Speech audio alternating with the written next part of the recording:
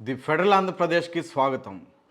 ఆంధ్రప్రదేశ్లో జనసేనకి పవన్ కళ్యాణ్కి కాపుల్లో భారీగా బలం పెరుగుతోంది అన్నది బలమైన చర్చగా వినిపిస్తోంది. ఇప్పటి వరకు కాపులు తెలుగుదేశం పార్టీకి, వైసీపీకి, బీజేపీకి ఇట్లా పార్టీల వారుగా విడిపోయి వాళ్ళకి మద్దతు తెలుపుతున్నటువంటి నేపథ్యంలో జనసేనకి, పవన్ కళ్యాణ్కి కాపులంతా కన్సాలిడేట్ అవుతున్నారు, బలమైన శక్తిగా కలవబోతున్నారు.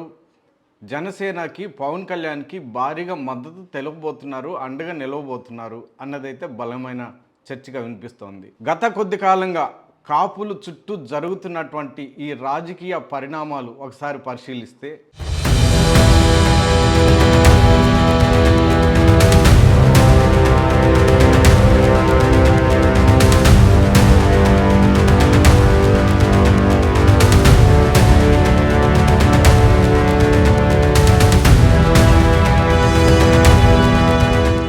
పవన్ కళ్యాణ్ నారా చంద్రబాబు నాయుడిని ఉద్దేశిస్తూ ఆంధ్రప్రదేశ్కి మరో 10 ఏళ్ళు కానీ 15 ఏళ్ల పాటు ముఖ్యమంత్రిగా ఉండాలి, ఆయన ఉంటేనే ఆంధ్రప్రదేశ్ అన్ని రకాలుగా డెవలప్ అవుతుంది అని అనేక సందర్భాల్లో పవన్ కళ్యాణ్ ఆయన గురించి చెప్తూ, ఆయన పొగుడుతూ ఇలా వ్యాఖ్యలు చేశారు.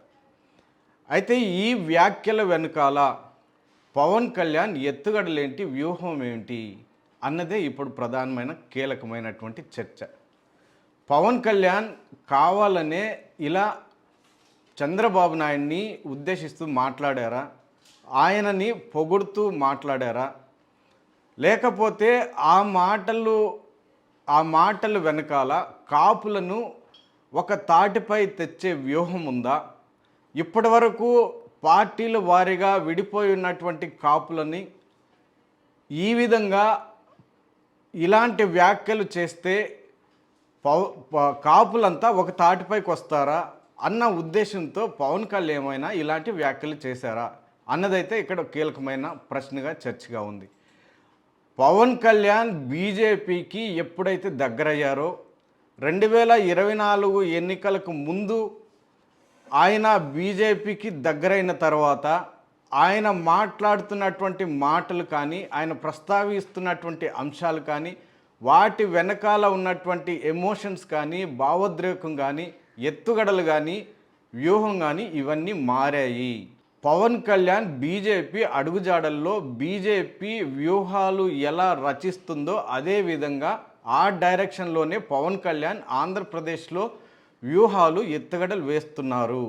అందుకే మరో 15 ఏళ్ల పాటు చంద్రబాబు నాయుడు ఆంధ్రప్రదేశ్కి ముఖ్యమంత్రిగా ఉండాలి అని కావాలనే వ్యాఖ్యలు చేశారు అన్న చర్చ కూడా బలంగా వినిపిస్తుంది. ఈ విధంగా మాట్లాడడం వల్ల కాపులంతా ఒక తాటిపైకి వచ్చే అవకాశం ఉంది. ఇది ఒక ఎమోషనల్, ఒక భావోద్వేగమైనటువంటి ఒక వ్యూహం, ఎత్తుగడ అన్న అంశం కూడా ఒక బలమైన చర్చగా ఉంది. పార్టీల వారీగా కాపు నాయకులైతే భారీగానే విడిపోయి ఉన్నారు. గతంలో కాంగ్రెస్లో అట్లాగే ఉన్నారు, తెలుగుదేశంలో అట్లాగే ఉన్నారు, బీజేపీలో కూడా అట్లాగే ఉన్నారు. ప్రస్తుతం తెలుగుదేశం పార్టీలో మంత్రి నారాయణ కానీ, గంటా శ్రీనివాసరావు కానీ, నిమ్మకాయల చినరాజప్ప ఇలాంటి నాయకులు ఉన్నప్పటికీ వంగవీటి మోహన్ రంగా గారి కుమారుడు వంగవీటి రాధాకృష్ణ కూడా ఈ పార్టీలోనే ఉన్నారు. అయితే వీళ్ళందరితో పోలిస్తే తెలుగుదేశం పార్టీలో కాపులను ప్రభావితం చేయగలిగినటువంటి శక్తి సామర్థ్యాలు కలిగిన నాయకుడిగా వంగవీటి రాధాకృష్ణకి ఆ పేరు ఉంది, అది చర్చగా కూడా ఉంది. ఇక వైసీపీ విషయానికి వస్తే అనేక మంది కాపు నాయకులు, ప్రముఖులు ఉన్నారు. ముద్రగడ పద్మనాభం ఉన్నారు, సీనియర్ రాజకీయ నాయకులు బొత్స సత్యనారాయణ ఉన్నారు, మాజీ మంత్రులు పేరిని నాని, అంబటి రాంబాబు, ఇలా అనేక మంది కాపు నాయకులు వైసీపీకి ఉన్నారు. వీళ్ళంతా కాపు నాయకులు అంటే కాపు మద్దతంతా వైసీపీకి కూడగట్టే ప్రయత్నం చేస్తూ వస్తున్నారు. తెలుగుదేశం పార్టీలో ఉన్న నాయకులు కూడా ఆ పార్టీకి కాపుల నుంచి మద్దతు వచ్చే విధంగా వాళ్ళు ప్రయత్నాలు చేస్తున్నారు, వాళ్ళు ఆ కార్యక్రమాలు కూడా చేస్తున్నారు. ఇక జనసేన పార్టీ అంశానికి వస్తే మిగిలిన రెండు పార్టీలతో పోలిస్తే అంత ప్రాబల్యం కానీ అంత కాపుల్లో అంత బలమైన నాయకులు జనసేనలో లేరు అన్నదైతే ఒక చర్చగా ఉంది. ఇక బీజేపీకి వస్తే కన్నా లక్ష్మీనారాయణ సీనియర్ రాజకీయ నాయకులు ఆ పార్టీలో ఉన్నారు. మరో సీనియర్ నాయకులు సోము వీర్రాజు కూడా ఉన్నారు. అయితే వీళ్ళ ప్రభావం వీళ్ళ ప్రాబల్యం కాపుల్లో ఎంత మేరకు ఉంటుంది అన్నది కూడా ఇక్కడ కీలకమైన చర్చ. అంటే ఓవరాల్గా ఈ మూడు పార్టీలు ఒకసారి పరిశీలిస్తే కాపుల మద్దతు కూడగట్టుకోవడానికి ఆ మద్దతుని ఆ పార్టీకి బలమైన శక్తిగా రూపాంతరం చెందే విధంగా వీళ్ళైతే కృషి చేస్తున్నారు, పని చేస్తున్నారు. అయితే జనసేన పార్టీకి మిగిలిన పార్టీలతో పోలిస్తే అంత ప్రభావితమైన కాపుల్లో అంత బలమైన నాయకులు లేరు అన్నది సెకండ్ గ్రేడ్ లీడర్లు ఆ పార్టీలో ఉన్నారు, ఎమ్మెల్యేలుగా ఉన్నారు, ఎమ్మెల్సీలుగా కూడా ఉన్నారు అన్నదైతే ఒక చర్చ. ఇక్కడే అసలైనటువంటి కీలకమైన చర్చ ఉంది. వీళ్ళ ద్వారానే కాపుల్లో బలమైన శక్తిగా ఎదగాలి జనసేన పార్టీ, కాపుల మద్దతు అంతా జనసేన పార్టీకి కూడగట్టాలి అన్న ఎత్తుగడలు కూడా పవన్ కళ్యాణ్ వేస్తున్నట్టు కూడా ఒక చర్చ ఉంది. ఇక జిల్లాల వారీగా కూడా కాపుల ప్రాబల్యం కానీ కాపుల ప్రభావం చాలా భారీగా ఉంది. తూర్పు అంటే ఉభయ గోదావరి జిల్లాలతో పాటు ఉత్తరాంధ్ర కానీ, ఇటు కృష్ణా గుంటూరు కానీ, ఇటు రాయలసీమ కానీ అన్ని జిల్లాల్లో ఒక ప్రాముఖ్యమైన స్థానంలో కాపులు ఉన్నారు. మెజార్టీ ఓటర్లుగానే ఉన్నారు. అంటే గెలుపు ఓటములను నిర్దేశించే స్థాయిలో వీళ్ళు ఉన్నారు. మిగిలిన సామాజిక వర్గాలతో పోలిస్తే వీళ్ళు డిసైడింగ్ ఫ్యాక్టర్, గెలుపు ఓటములను నిర్దేశించే స్థాయిలో కాపు ఓటర్లు ఉన్నారు అన్నదైతే 2024 ఎన్నికల్లో తేలింది అన్నదైతే ఒక చర్చ ఉంది. అయితే పవన్ కళ్యాణ్ చేసినటువంటి ఈ వ్యాఖ్యల నేపథ్యంలో కాపు నాయకుల్లో చాలా తీవ్ర అసంతృప్తి వచ్చింది.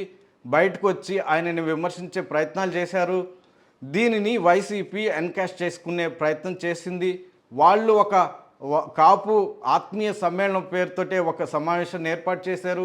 దాని ద్వారా కాపుల మద్దతు వైసీపీ కూడగట్టుకునే ప్రయత్నం చేస్తున్నారు. అది భవిష్యత్తులో కూడా కొనసాగే అవకాశం ఉంది. ఈ నేపథ్యంలో జనసేన పార్టీ ఎమ్మెల్యేలు కూడా తీవ్రంగా స్పందించడం, ఇదంతా కూడా ఒక ఎమోషనల్ గేమ్గా ఇక్కడ చూడొచ్చు. ఈ నేపథ్యంలో కాపులు ఎవరి పక్షాన నిలబడతారు అన్నది ఇక్కడ కీలకమైన చర్చగా మారింది. ఇటీవల కాపు నాయకుల్లో కొంతమంది జనసేన పార్టీకి పవన్ కళ్యాణ్కి మద్దతు తెలపాలి అన్న నిర్ణయానికి వచ్చినట్టు కూడా ఒక చర్చ నడుస్తుంది. ఇటీవల వాళ్ళు విజయవాడలో ఒక సమావేశం ఏర్పాటు చేసుకోవడం, ఆ సమావేశంలో మనం ఇప్పటికే రకరకాల పార్టీల వారిగా చీలిపోయి ఉన్నాం, కులాల వారిగా కొట్టుకుంటున్నాం, ఐక్యత లేకుండా పోయింది, రాజకీయ శక్తిగా ఎదగలేకుండా పోయింది. ఈ నేపథ్యంలో మన కళ్ళ ముందున్నది జనసేన పార్టీ, పవన్ కళ్యాణ్. మరి మనం ఎప్పటి నుంచో ఒక రాజకీయ శక్తిగా ఎదగాలనుకుంటున్నాము, రాజ్యాధికారం దక్కించుకోవాలనుకుంటున్నాము. ఈ నేపథ్యంలో కాపులంతా విడివిడిగా పార్టీల వారిగా విడిపోతే బలం తగ్గిపోతుంది, శక్తి తగ్గిపోతుంది, కాపులు రాజ్యాధికారం సాధించడం అసాధ్యమవుతుంది. ఈ నేపథ్యంలో కాపులంతా పవన్ కళ్యాణ్కి, జనసేనకి అండగా నిలబడినట్లయితే దశాబ్దాల తరబడిగా వస్తున్నటువంటి కాపులు రాజ్యాధికారం ఆకాంక్ష 2029లో నెరవేరే అవకాశం ఉంది. దీనికోసము కాపులంతా కలిసికట్టుగా రావాలి, కాపు నాయకులంతా ఒక ఏకతాటిపై రావాలి అన్నదైతే ఇటీవల జరిగినటువంటి సమావేశంలో వాళ్ళు మాట్లాడుకున్నారు.